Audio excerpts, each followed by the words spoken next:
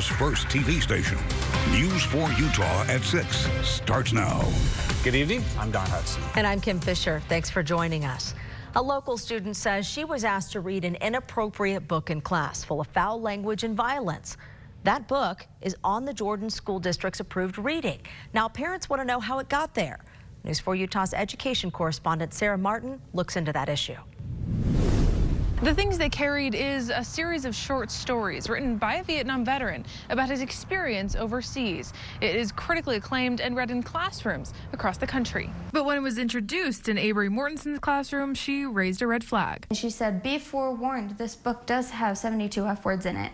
And immediately I felt so uncomfortable. Is it appropriate for those kind of details, for that kind of language, for the sexuality to be taught to minors in a public school setting?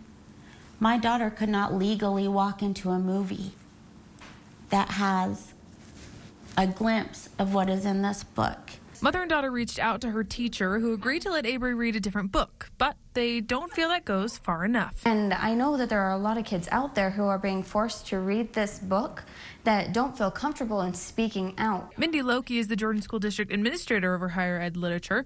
She explained that after a book is recommended, it's read by a parent and a teacher, then discussed and voted on in an open committee meeting. There was a vet on the committee at the time, and he spoke to the truth that he felt from reading that. Having been in situations like that, he said this guy was really there. Loki said that parents can fill out a challenge form for a book they think should be removed. Then the whole committee will read it and decide if it stays on the district's list of approved books. I'm hoping off the bat right now that I do get to have an audience with this committee, that I get to sit down with them. Conversations about challenged books start in November.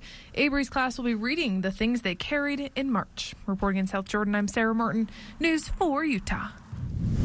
The woman convicted in the kidnapping and sexual assault